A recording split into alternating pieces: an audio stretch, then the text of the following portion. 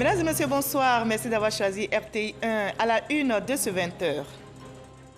La campagne électorale en vue de la présidentielle en Côte d'Ivoire se poursuit. Ce samedi, 4e jour de campagne, nous sillonnerons les quartiers pour voir l'ambiance et les messages véhiculés. Les équipes du candidat du RHDP Alassane Ouattara et celui de Kakabe Konan Kouadio-Bertin s'activent sur le terrain pour convaincre les électeurs. On évoque aussi la reprise du dialogue politique. Le gouvernement, sous la houlette du Premier ministre Ahmed Bakayoko, a convié aujourd'hui les partis et groupements politiques à la table de discussion pour échanger sur l'organisation du scrutin présidentiel. Les partis de l'opposition attendus ont manqué à l'appel. Le programme Eau pour tous est en marche. 155 quartiers ont été raccordés au réseau national. Le ministre de l'Hydraulique, Laurent Tchagba, a visité quelques ménages pour se faire une idée de l'approvisionnement en eau potable des populations. L'ambition affichée, résoudre les problèmes d'eau dans le Grand Abidjan. Les Guinéens iront aux urnes demain dimanche pour élire le président de la République, un scrutin qui intervient après 2 semaines de campagne. Ici en Côte d'Ivoire, les Guinéens suivent avec attention cette élection, mais quelles sont leurs attentes? Éléments de réponse dans ce 20h. Soyez les bienvenus sur RTI 1. Laure Olga Gondjou, ancien ministre des Affaires étrangères du Gabon, rompt le silence dans son livre témoignage Instant de vie, Omar Bongo, les miens et le monde. L'ex-collaboratrice de l'ancien président gabonais, Omar Bongo Ondimba, a décidé de faire un clin d'œil à l'histoire pour informer et former la jeune génération. La fille cadette du premier président de l'Assemblée nationale du Gabon et sénateur français dévoile dans ce livre sa vie, sa famille, sa collaboration avec feu Omar Bongo, son mentor. Mais que retenir de cette tranche de vie? Laure Olga Gondjou est avec nous. Elle est notre invitée de la page culture de ce 20h. Bonsoir, Madame Laure Olga Gondjou.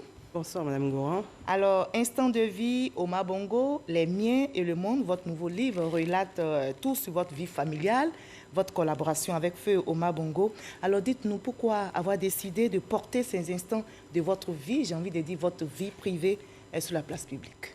Pour rendre hommage à mes parents, pour rendre hommage à mon mentor, le président Elhadji Omar Bongo Ondimba, et à certaines personnalités politiques d'Afrique, des illustres fils d'Afrique, en l'occurrence le président Félix Houphouët-Boigny. Et vous nous en direz davantage dans la page culture, que retenir de votre vie, des instants de vie, Omar Bongo, les miens et le monde que vous venez de publier. On se retrouve dans une trentaine de minutes. À tout à l'heure. À tout à l'heure. Nous sommes samedi 17 octobre, 3e jour de campagne pour la présidentielle ivoirienne. Quelle ambiance, quel message des candidats avant le scrutin du 31 octobre. On saura tout dans ce 20h.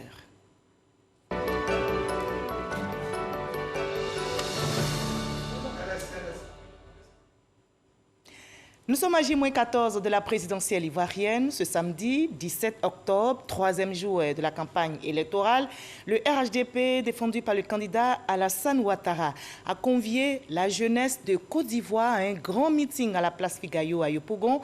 Le directeur national des campagnes, Ahmed Bakayoko, a présenté le programme du candidat Alassane Ouattara. Le reportage de Viviane Aimé. Place Figayo ce samedi après-midi. C'était une déferlante de jeunes. Combien étaient-ils? Des milliers et des milliers. Et dire que ce grand rassemblement a été décidé et organisé en seulement 24 heures. La ferveur était décuplée avec la présence au milieu de tous ces jeunes du directeur national de campagne, le Premier ministre Ahmed Bakayoko. C'est une jeunesse gonflée à bloc et déterminée à réaliser vaille que vaille le un coup KO. Le 31 octobre, jour du vote. Donner la victoire au premier tour et avec panache au président Alassane Ouattara, candidat du RHDP. Le slogan de tous ces jeunes, je choisis ado. Même si on dit que je suis mouton, analphabète, ce que je sais, celui qui peut me faire du bien, je connais. Dans une ambiance de carnaval, ces jeunes ont été galvanisés par plusieurs orateurs. Le directeur national de campagne chargé de la jeunesse, le ministre Touré Mamadou. Le directeur national de campagne associé, Adama Bictogo. Et en boucle, le directeur national de campagne, le Premier ministre Ahmed Bakayoko. La compétition électorale a à peine commencé. Nous tous, nous nous préparons pour le un coup KO. Mais on n'est même pas encore arrivé au un coup KO, qu'on assiste à un KO par abandon. Vous connaissez le KO par abandon. C'est-à-dire que le ado t'a tellement limé quand il veut pour que t'arrives. On les a limés. On les a limés.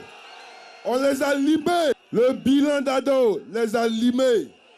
Son travail les a limés. La jeunesse d'ado les a limés. La jeunesse d'ado est la jeunesse la plus engagée. Donc ils peuvent faire quoi? Ils peuvent faire quoi? Ceux qui rêvent à déstabiliser la Côte d'Ivoire sont dans des illusions parce qu'on est là. On est là. Vous êtes là. La Côte d'Ivoire est là. La Côte d'Ivoire est là. On veut la paix. Donc doucement, doucement, doucement, doucement, dans la paix, allons aux élections. Celui qui ne veut pas aller aux élections, il reste à la maison. Celui qui est KO, il dit je suis KO. Celui qui a été sonné, qui a été limé, qui ne peut pas se lever, il dit j'abandonne. C'est une jeunesse plus déterminée que jamais qui a assuré ses aînés que rien ne l'empêchera de porter son candidat au fauteuil présidentiel au soir du 31 octobre. Le candidat indépendant Konan Kwadwo Bertin dit qu'Akabe est aussi dans la course. Pour ce troisième jour de campagne, Kwadwo Konan Bertin était à Mbonois, à 8 km d'Atengue. Lors du meeting qu'il a animé, Kakabe a réaffirmé sa volonté de bâtir une Côte d'Ivoire basée sur les valeurs de la République et s'il est élu au soir du 31 octobre à la tête du pays. Flora Balougay. Aller à la rencontre des populations de Mbonois cet après-midi dans la sous-préfecture d'Anyama, le candidat président n'a pas boudé son plaisir. Kwadwo Konan Bertin s'est réjoui de l'accueil chaleureux des habitants de cette localité et des environs, venus lui témoigner leur sympathie, leur amour fraternel ou encore leur confiance. Confiance. Le mot a maintes fois été relevé par Yao Grégoire, chef du village de Mbonois, au nom de ses pairs, qui met en avant les qualités intellectuelles, politiques et humaines du candidat Kakabe. Autant de raisons qui militent en faveur du choix, du bon choix porté sur ce candidat. Un soutien réaffirmé qui achève de convaincre Kwadwo Konan Bertin que ses idées et son programme de gouvernement correspondent aux attentes des populations ivoiriennes. J'ai décidé de servir. J'ai décidé de servir le peuple de Côte d'Ivoire. Je ne suis pas de ceux qu'on achète. Je suis un homme de conviction. Et je suis dans ce milieu de la politique pour faire ce qui est bon, à mon sens, pour les Ivoiriens. Ce qui est bon pour les Ivoiriens aujourd'hui, c'est qu'on aille aux élections. Écoutez-moi bien. Je n'ai pas dit que les conditions sont réunies. Je n'ai pas dit qu'on n'a rien à reprocher à la CEI, au contraire. On peut être humain et faire de la politique. C'est ce que je vais enseigner aux gens. Je n'ai que mes idées. Et je n'ai que le dialogue pour faire prévaloir mes idées. Je suis candidat parce que je veux construire ce que j'appelle la justice sociale. On nous dit tous les jours que la Côte d'Ivoire, notre économie, prospère à nouveau jusqu'à atteindre une croissance de 8%, d'accord. Mais quel est l'Ivoirien qui a le sentiment que la Côte d'Ivoire se porte bien au plan économique? Mais où vont donc les 8% de croissance dont on parle? Entre les mains d'un petit groupe, ça ne peut pas continuer comme ça. Quand je serai président, c'est des choses qui vont changer et matin bonheur dans ce pays-là. Indiquons qu'avant cette communion fraternelle avec les populations des villages Akie d'Anyama Ouest réunis à Mbonois, le candidat Kwadwo Konan Bertin a accordé une audience à son siège des 2 plateaux Les Perles à la délégation du National Democratic Institute, NDI. Avec son responsable Afrique, il s'est agi de l'organisation du processus électoral en vue d'un scrutin apaisé en Côte d'Ivoire. On évoque aussi dans ce 20 la reprise du dialogue politique. Le gouvernement, sous la houlette du Premier ministre Ahmed Bakayoko, a convié aujourd'hui les partis et groupements politiques à la table de discussion pour échanger sur l'organisation du scrutin présidentiel du 31 octobre. Les partis de l'opposition attendus ont manqué à l'appel, nous témoigne Alexis Ouedraogo. Le chef du gouvernement a invité ce samedi à la primature les différents acteurs de la scène politique ivoirienne. Si plusieurs ont répondu présents, à la table de séance, les principaux partis de l'opposition restent absents. Une situation que déplorent certains partis. Nous avons regretté que certains partis de l'opposition qui avaient souhaité ce dialogue ne soient pas venus. Mais nous ne désespérons pas, nous avons dit au ministre qu'on l'encourage à poursuivre. Les élections, ce n'est pas la guerre. Les élections doivent se dérouler dans un esprit patriotique. Les populations se plaignent parce que tout ce qui se passe est le fait des partis politiques. Donc c'est nous qui devons continuer le dialogue avec nos frères des autres partis politiques et avec le gouvernement. Quand on demande à des jeunes gens de barricader des routes, de casser les édifices de l'État, quand on s'en prend à ces frères, ce n'est vraiment pas la paix. Nous demandons simplement à nos frères d'arrêter, surtout quand on a déjà géré une république, d'arrêter. Pour le Premier ministre, l'État est résolu à maintenir le dialogue politique. Le gouvernement est prêt à tout moment. Encore demain, après-demain, nous sommes disposés à discuter. Mais il ne faut pas dire une chose sur les réseaux sociaux, dans les médias, et puis dans les faits, faire autre chose. J'ai bien entendu, lors de leur conférence de presse, nous désobéissons, nous agissons pour obliger le gouvernement à venir discuter avec nous. Mais nous sommes déjà là pour discuter. Et nous sommes prêts à discuter. Comme le disait le président Oufoué, quel que soit le niveau des crises, à la fin, c'est toujours par un dialogue que cela se termine. Il faut faire l'économie des crises et commencer par le dialogue. Donc nous sommes disposés. Ahmed Bakayoko a invité l'opposition à sortir de la logique de rupture et dit son bon espoir du retour dans la compétition électorale des candidats en retrait. Nous espérons que les candidats hésitants ou les candidats qui appellent le boycott vont revenir à des meilleurs sentiments parce que la réalité, elle est tout autre. La Côte d'Ivoire est en paix, la Côte d'Ivoire avance et c'est important pour notre pays que nous ayons ces élections à bonne date. Parce que quand vous avez des situations de vide, c'est là justement que vous ouvrez la porte à toutes les aventures. Le chef du gouvernement s'est toutefois voulu ferme quant aux appels à la violence. Si vous êtes responsable de violence sur des personnes, sur des biens publics ou privés, vous assumerez tôt ou tard. Parce qu'il y aura des procès. Dans un pays qui enregistre de nombreux indicateurs de performance, leur se veut, selon Ahmed Bakayoko, à la préservation des acquis et de la stabilité. Ahmed Bakayoko a pour finir réaffirmé sa foi en l'aboutissement du processus électoral engagé et appelé l'opposition à la table du dialogue. Et les appels à la paix se multiplient pour un scrutin présidentiel apaisé. Le grand médiateur invite justement les journalistes à jouer leur partition. Une rencontre a été organisée afin de les outiller sur leur rôle dans le déroulement du processus électoral. Les hommes des médias, les responsables des groupes de presse ont échangé sur les questions d'éthique et du traitement de l'information en période électorale. Franck Quadio. Sensibiliser les journalistes et professionnels des médias sur leur rôle dans le déroulement pacifique du processus électoral. La journée du vendredi 16 octobre, mise à profit pour échanger et mieux connaître l'appareil électoral afin de mieux porter la sensibilisation. L'initiative est du médiateur de la République.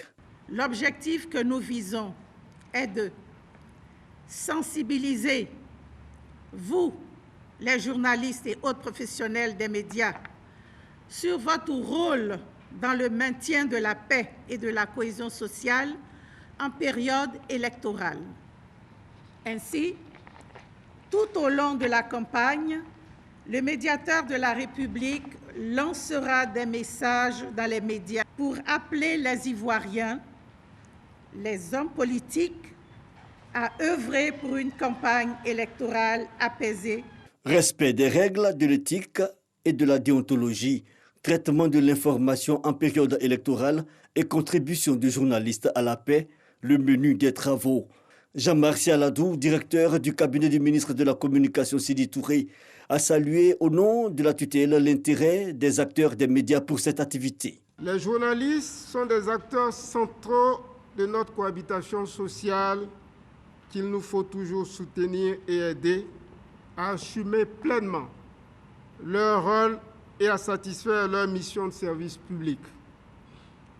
Pas étonnant que ce soit le médiateur de la République, autorité administrative indépendante, investi d'une mission de service public qui prend date avec l'histoire de la presse et des médias dans notre pays. Parler éthique, déontologie, mais aussi passer en revue les différentes étapes du processus électoral, le vice-président de la commission électorale indépendante, Koné Sourou, s'est chargé de la tâche. L'objectif, outiller les donneurs d'informations à l'exécuter de la façon la plus juste et la plus responsable toute la durée du processus électoral.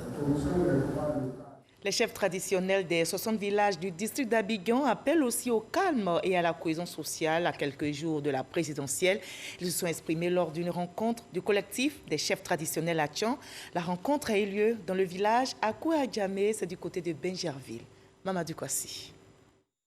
La situation sociopolitique actuelle en Côte d'Ivoire préoccupe la communauté Kiama, encore appelée Ébrié. Les 60 chefs de village, membres du collectif des chefs traditionnels Kiama, du district autonome d'Abidjan, se sont retrouvés dans le village d'Akouadjamé, dans la commune de Benjerville. Une rencontre d'échange et d'ébauche de solutions pour inviter la population à la préservation des acquis de la paix et du développement. Lorsque les troubles s'installent, notre communauté paye un lourd tribut, car c'est Abidjan qui est le théâtre privilégié des opérations et des hostilités, remettant en cause les actions de développement entreprises, particulièrement dans nos villages. C'est pourquoi nous lançons un vibrant appel solennel aux autorités administratives et politiques, toutes tendances confondues, à la société civile, à nos frères et sœurs venus d'horizons divers avec qui nous vivons en parfaite harmonie, afin de toujours privilégier l'intérêt national, de cultiver les vertus d'amour, de pardon, de tolérance et de solidarité en faveur de la cohésion sociale. Le collectif des chefs traditionnels Kiama du district autonome d'Abidjan compte investir tout le territoire du Grand Abidjan pour sensibiliser davantage la population à une période électorale apaisée pour le développement et le progrès de la nation ivoirienne. Et la Côte d'Ivoire, qui aspire à la paix, est engagée au plan sanitaire contre le coronavirus. Les messages de sensibilisation s'accentuent pour contrer ce virus mortel.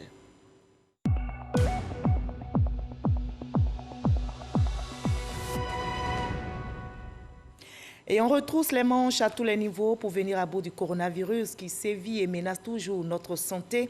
Ce samedi 17 octobre, on dénombre 26 cas confirmés sur 984 échantillons prélevés, 30 nouvelles guérisons, 0 décès. La Côte d'Ivoire compte à ce jour 197 cas actifs. Attention donc à ne pas relâcher dans l'observation des gestes barrières. Et je vous livre à présent ce communiqué qui vient de nous parvenir. Le ministre des Transports appelle aux compagnies de transport aérien, aux usagers ainsi qu'à tous les services publics et privés exerçant sur les plateformes aéroportuaires ivoiriennes que, conformément aux décisions du Conseil des ministres du 5 août 2020 et vu l'évolution de la pandémie à travers le monde, il est fait obligation à tout voyageur au départ et à destination de la Côte d'Ivoire de se munir d'une attestation et de tests négatifs à la COVID-19 dont le prélèvement date de moins de 7 jours. À cet effet, les voyageurs au départ, à l'arrivée et en transit en Côte d'Ivoire sont soumis au renseignement d'un formulaire de déclaration de déplacement par voie aérienne. Ce formulaire est disponible en ligne via l'adresse déplacement.aérien.gouv.ci. Communiqué signé du ministre des Transports, Amadou Koné. Le programme Eau pour tous est en marche dans notre pays. 155 quartiers du district d'Abidjan ont été raccordés au réseau national. Le ministre de l'Hydraulique, Laurent Tchagba, a visité quelques ménages pour se faire une idée de l'approvisionnement en eau potable des populations. L'ambition est affichée, résoudre les problèmes d'eau dans le Grand Abidjan, nous dit Godfrey Kambawa. Nous ne sommes pas à un meeting de campagne pour la présidentielle, mais plutôt pour la mise en œuvre du programme Eau pour tous, initié par le gouvernement. Dans les villages de Mbadon, dans la commune de Cocody, à Nonkwa-Kouté, dans la commune d'Abobo et le quartier Mikao, dans la commune de Yopougon, les populations et surtout les femmes qui s'occupent de la corvée d'eau n'auront plus à se lever tôt le matin. Grâce au projet APTF, amélioration des performances techniques et financières du secteur de l'eau potable, leurs habitations sont désormais raccordées au réseau national d'eau potable. Nous sommes contents. L'eau, c'est source de vie. Sans l'eau, nous, on ne peut rien faire. Donc, nous, normalement, on a besoin d'eau. Si vous pouvez envoyer beaucoup même, on est d'accord. 5 mois après le lancement des travaux, le ministre de l'Hydraulique, Laurent Tchagba, retourne sur le terrain pour se rendre compte du niveau d'avancement des travaux. Un projet qui permettra de rendre disponible de l'eau potable dans le Grand Abidjan. Il y a une première étape, c'est d'abord la pose des canalisations. Il faut que les réseaux arrivent dans tous ces nouveaux quartiers. Et la seconde étape, ce sont les branchements, donc le raccordement effectif des clients, une fois que le réseau arrive à proximité de son domicile. Donc sur la première partie, sur 880 km, nous sommes déjà à 250 km. Donc nous sommes déjà à plus de 25% déjà posés, avec un rythme qui part en s'accélérant. Pour un abonnement, c'est 167 000 francs normalement. Mais aujourd'hui, avec la Covid, avec les difficultés que les populations ont, le président a demandé à ce que l'État subventionne le branchement. Les populations donc n'auront plus à utiliser des bidons pour aller loin pour chercher de l'eau. Financé entièrement par l'État de Côte d'Ivoire à hauteur de 47 milliards de francs CFA, l'APTF prend en compte 155 sous-quartiers dépourvus de canalisation. Et on enseigne aussi notre environnement avec le programme d'amélioration durable de la situation de l'assainissement et du drainage de la ville d'Abidjan qui a été lancé dans la commune de Yopougon. Il sera question de réaliser des canaux de drainage des eaux pluviales et de construire une station de traitement des boues de vidange. Au cours des travaux, plus de 50 milliards de francs CFA. On en sait plus avec Grace Kandou.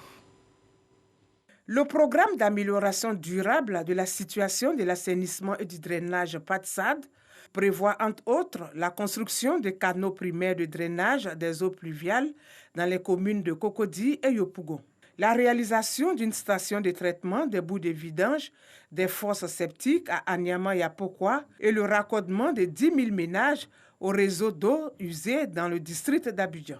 Il y a 80% de populations qui sont à l'assainissement autonome, c'est-à-dire qui ont des fosses septiques. Donc ces fosses septiques sont vidangées et nous créons un réceptacle pour recevoir ces vidanges, pour les traiter jusqu'au stade de compost et d'engrais. Donc c'est ce qu'on appelle une station de traitement des boues de vidange.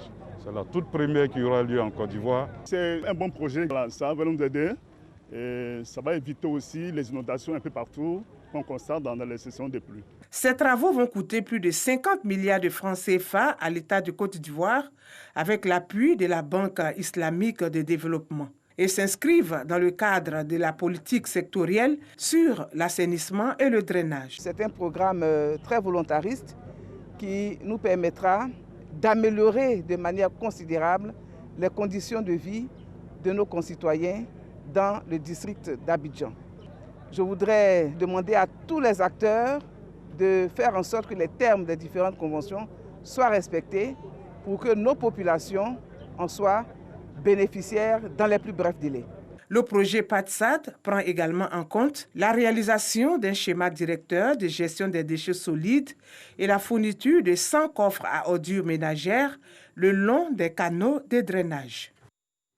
Dans l'actualité nationale également, Forces armées de Côte d'Ivoire, vision du chef d'état-major général des armées.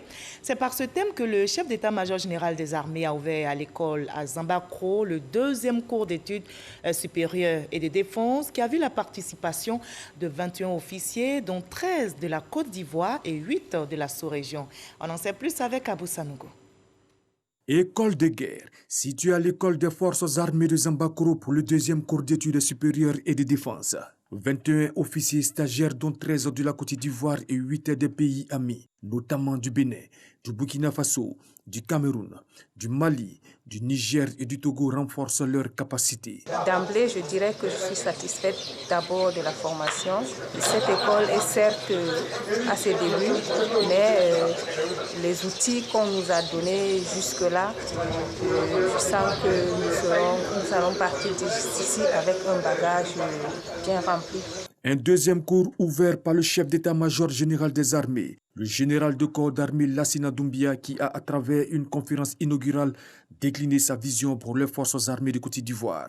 Vision qui, selon lui, passe par la forte réactivité des armées pour apporter des réponses rapides, l'interopérabilité des moyens et des modes d'action, la flexibilité, la polyvalence, l'adaptabilité des forces, le principe intangible de subordination au pouvoir politique et au respect des droits de l'homme. Les forces armées ivoiriennes doivent être capables d'assurer la sécurité des populations sur l'ensemble du territoire, garantir l'intégrité du territoire face à d'éventuelles agressions extérieures, et contribuer à la paix et à la sécurité sur le continent africain et dans le monde entier par la participation aux opérations de maintien de paix. Je reste convaincu que c'est par la formation de haut niveau, par des réflexions stratégiques pertinentes qui nous permettront de déterminer les différents axes d'effort. Il n'y a que de cette façon-là que nous pourrons faire avancer notre armée. Forces armées de Côte d'Ivoire, vision du chef d'état-major général des armées, était le thème de la conférence inaugurale du deuxième cours d'études supérieures et de défense. L'emploi est aussi au cœur des préoccupations des décideurs. Le ministre de la Promotion, de la Jeunesse et de l'Emploi des Jeunes, Mamadou Touré, a échangé avec les étudiants de l'université Félix Houphouët-Boigny de Cocody. Cette activité s'inscrit dans le cadre des visites d'échange périodiques du ministre à l'endroit des jeunes bénéficiaires des programmes de l'agence Emploi Jeunes, guichet unique de l'emploi des jeunes de Côte d'Ivoire. Patricia Mouetia. C'est dans une salle surchauffée par les étudiants que le ministre de la Promotion de la Jeunesse et de l'Emploi des Jeunes a fait son entrée. Les jeunes ont exposé leurs préoccupations à leur ministre de tutelle. C'est ici qu'il y a plus de diplômés. C'est ici qu'on parle de sans-emploi parce que quelqu'un qui sort d'ici avec un diplôme, qui doit se promener tous les jours pour faire des recherches, c'est parce qu'il n'y a pas encore eu d'insertion. C'est avec beaucoup de satisfaction que nous accueillons ces deux représentants du gouvernement. Des échanges interactifs sur la formation, l'insertion et la situation sociopolitique. Pour la phase 3 de Agir pour les jeunes, c'est un budget de 189 millions de francs CFA disponible pour financer les jeunes porteurs de projets. 16 000 jeunes ont déjà été sélectionnés. Les étudiants sont les potentiels demandeurs d'emploi puisque la plupart des jeunes qui sont étudiants en fin de formation cherchent un premier emploi. Et nous avons donc fait en sorte que, à la demande du chef de l'État, des guichets emploi soient ouverts dans les universités. Je suis heureux qu'ici, un guichet emploi ait été ouvert. Les programmes de stage, et ça a été l'une des préoccupations des jeunes aujourd'hui, stage pour valider leur diplôme, stage pour améliorer leur employabilité, seront renforcés au niveau universitaire. Et nous allons renforcer nos liens non seulement avec les responsables d'université, mais avec les étudiants eux-mêmes, pour que ces dispositifs mis en place puissent profiter au maximum d'étudiants. Dans le cadre de l'autonomisation des femmes, 40% des bénéficiaires des programmes Agir sont des jeunes filles. Les rendez-vous avec les jeunes est un cadre d'échange qui vise à écouter les jeunes sur leurs différentes préoccupations relatives à l'insertion et à tout autre sujet qui les touche.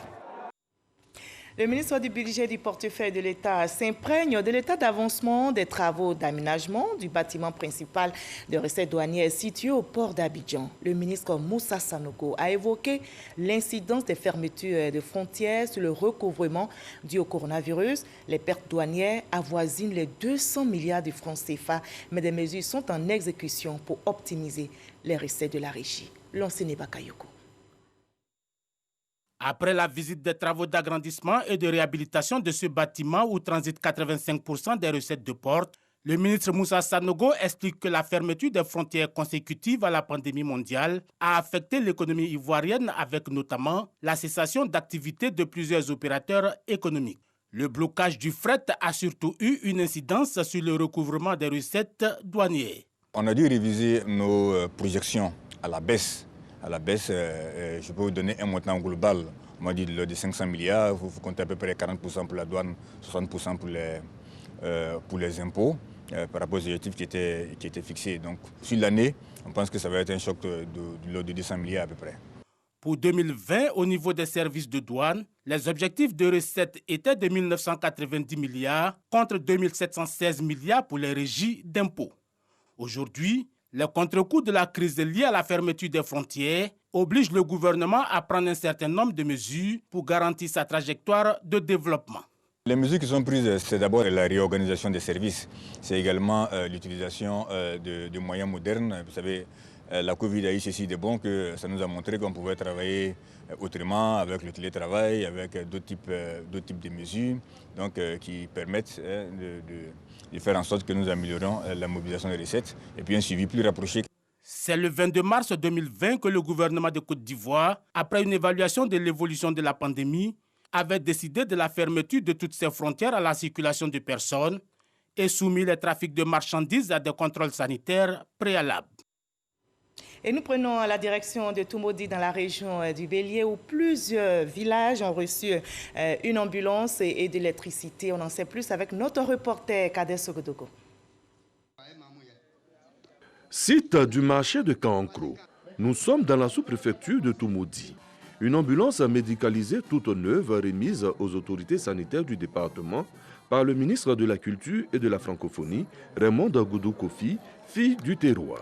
Cette ambulance vient pour améliorer l'évacuation des patients de 3 villages, Zaakro, Toto-Kwasikro et Kankro. Une joie pour ces populations qu'il avait souhaité depuis peu. Après Kankro, Raymond Goudou Kofi met le cap sur Djekekro, où un jour nouveau se lève pour ce village. Il est désormais connecté au réseau électrique national. Il y avait la moitié de Djekekro qui n'était pas électrifiée. Elle a dit, je vais électrifier Djekekro. Nous lui disons merci, grand merci au président de la République. Des actions qui sont menées pour améliorer le quotidien de ces populations. Nous restons dans la dynamique des instructions de son Excellence, Monsieur le Président de la République. Il nous a demandé d'être aux côtés de nos parents. Mais notre devoir, c'est de veiller à la bonne santé de nos parents, de veiller également à l'éducation de nos enfants, de veiller et de faire en sorte que chacun d'entre eux, chaque village de plus de 500 habitants, puisse avoir de l'électricité, que nos parents puissent avoir de l'eau potable. Et chaque fille et fils d'une région a ce devoir-là. Djekekro passera ainsi sa première nuit sous des lampes électriques. Bougies, pétrole et autres seront des souvenirs lointains. Et demain dimanche, les Guinéens iront aux urnes pour élire leur président de la République. Un scrutin qui intervient après 2 semaines de campagne, tant en Guinée qu'au-delà des frontières de ce pays. Ici en Côte d'Ivoire, les Guinéens suivent avec attention cette élection.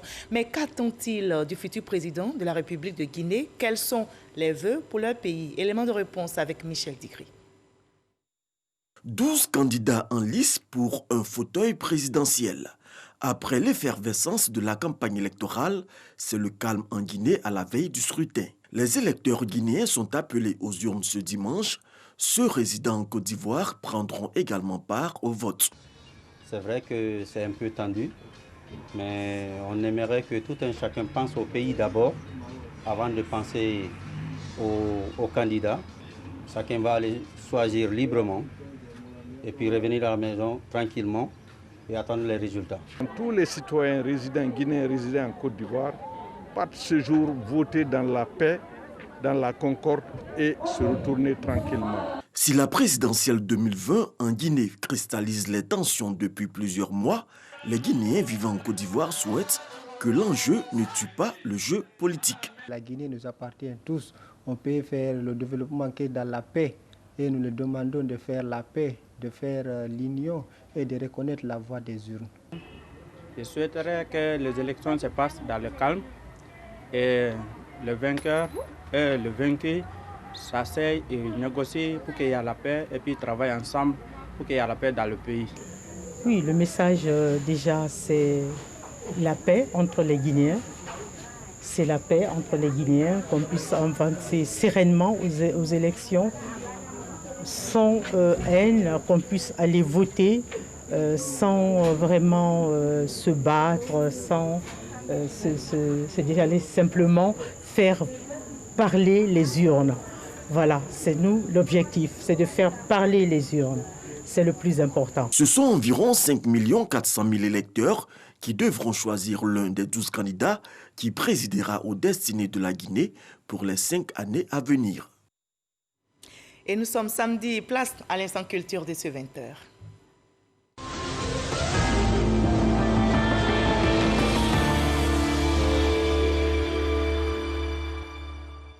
Engagés pour la paix, l'Union européenne et la Fondation Magic System ont organisé un concert à la place Jean-Paul II de Yamoussoukro.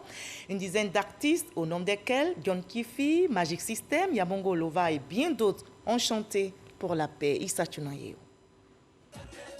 Une bonne brochette d'artistes à la place Jean-Paul II de Yamoussoukro pour célébrer la paix. Un pari réussi par l'Union européenne et la Fondation Magic System à travers le projet Engagé pour la paix. TNT, la Tigresse Sidonie, Safarel Obiang et bien d'autres chanteurs communient avec leurs fans.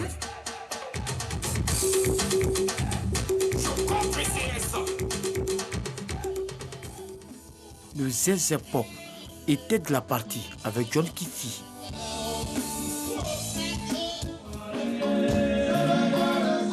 Le mercure monte d'un cran quand le groupe Magic System occupe la scène. Entre deux titres, le lead vocal à Salfo appelle les jeunes à la cohésion. Nous sommes là pour la paix. Un peu d'eau dans votre vin, s'il vous plaît. Les Ivoiriens, vous êtes d'accord avec ça ou pas?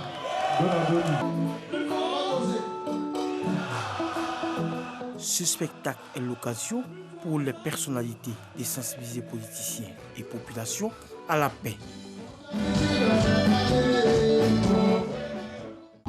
Moi, je crois que ces artistes d'abord sont dynamiques, énergiques, et je crois que leurs paroles arrivent à convaincre les jeunes de vouloir la paix et de s'engager pour la paix. Yamoussoukro est la première étape de cette caravane engagée pour la paix. Une caravane qui va se poursuivre jusqu'au 31 décembre 2020 afin d'extirper des cœurs la haine et la violence. On sensibilise, on prie, on chante pour la paix. Je vous invite maintenant à revivre ces 3 heures d'adoration pour la paix en Côte d'Ivoire. L'initiative est de la chanteuse chrétienne Constance Amand. Les adorateurs se sont retrouvés, vous allez le voir, à Cocody, pour confier le processus électoral à Dieu à travers des chants et danses. Régis Kofi.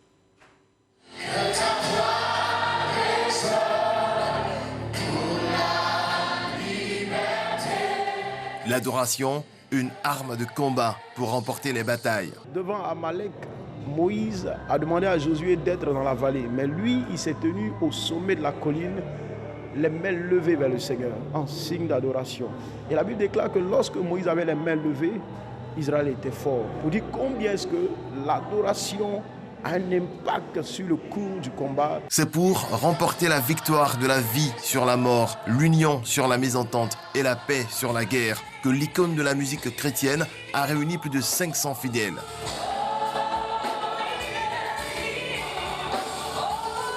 C'est un devoir pour le chrétien de s'humilier, prier et chercher la face de Dieu pour que son pays se porte bien. On ne peut pas vivre ce que nous vivons dans ce pays.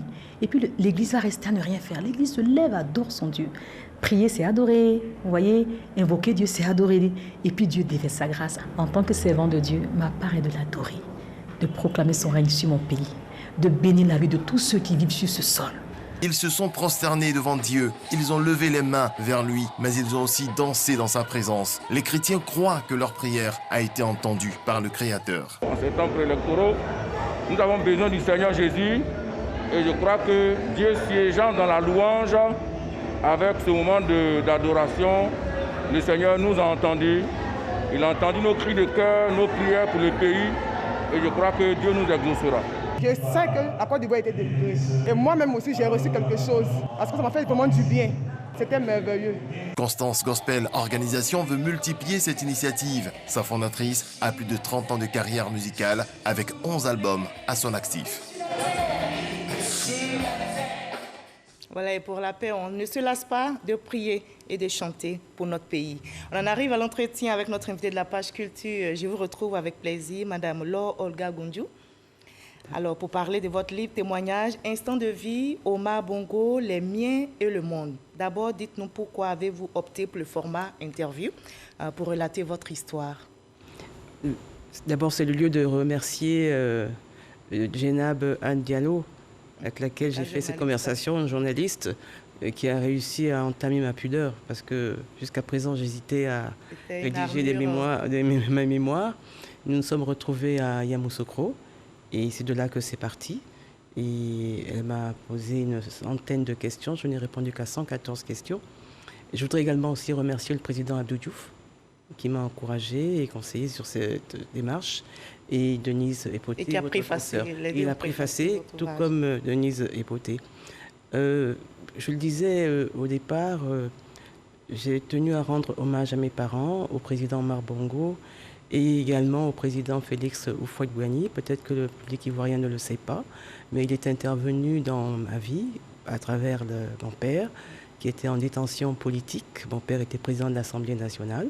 En 1960, le premier président, oui. Au Gabon. Oui, au Gabon. Et il a été arrêté le 17 novembre dans l'exercice de ses fonctions. Et le président Houphouët-Boigny n'a eu de l'as d'intervenir pour obtenir sa libération, de manière à ce qu'il puisse recouvrer sa dignité. Oui. Et vous le dites aussi bien dans votre ouvrage, La rose reste belle malgré les épines. Vous avez connu des hauts et des bas, mais vous avez suivi votre destinée. Nous allons suivre ensemble le résumé des instants de vie, Omar Bongo, les miens et le monde avec Franck Ouadio, et on en reparle tout juste après. Entendu. Elle fait partie de l'une des plus illustres familles gabonaises, celle de Paul Gondjout. Son père fut le premier président de l'Assemblée nationale du Gabon. Mais Laure Olga Gondjout n'aura pas une vie si tranquille, elle qui sera confrontée, toute jeune, aux affres et aux miasmes des activités politiques dans lesquelles, à son corps défendant, puis avec passion, elle sera amenée à baigner et même à y être très active.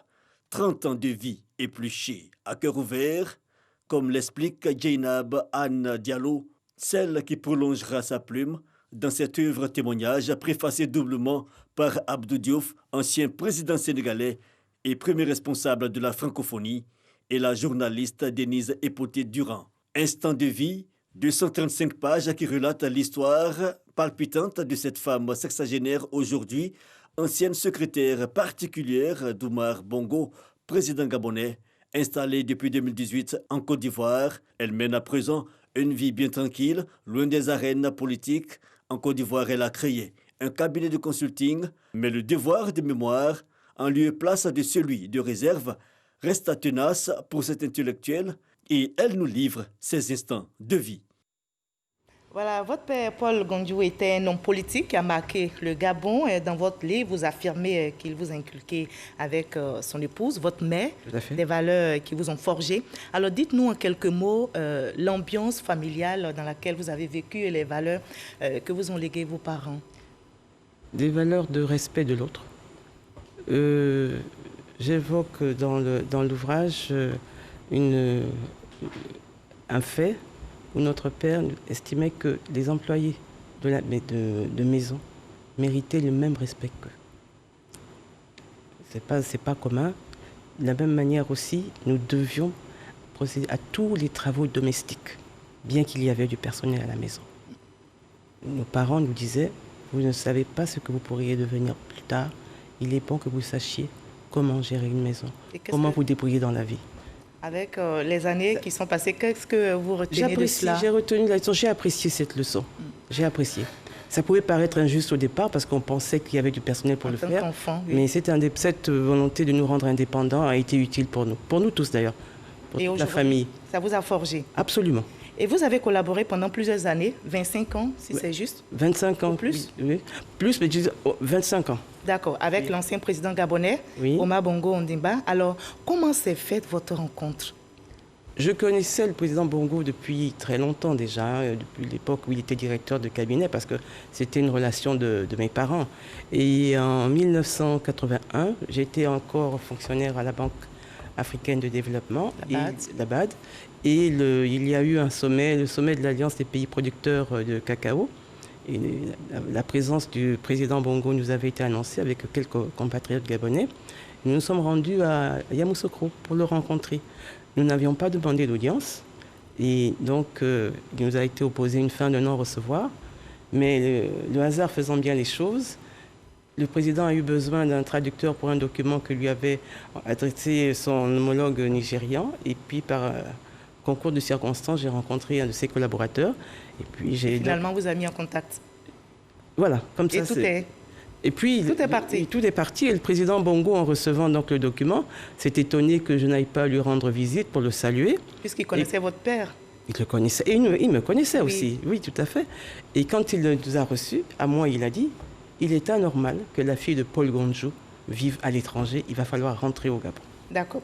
Alors, dites-nous, dans le livre, vous dites vous avez réussi à gagner la confiance du président Bongo, à intégrer même le cœur du pouvoir et du système présidentiel gabonais.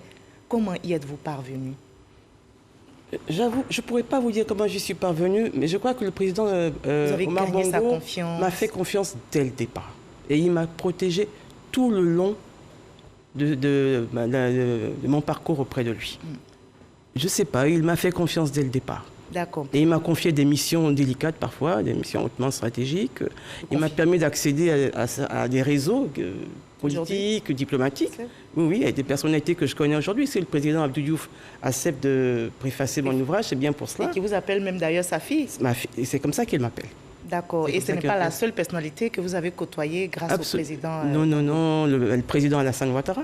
Oui. Et que j'ai connu avant qu'il n'accède aux fonctions de président de la République. On va en parler tout à l'heure. D'accord.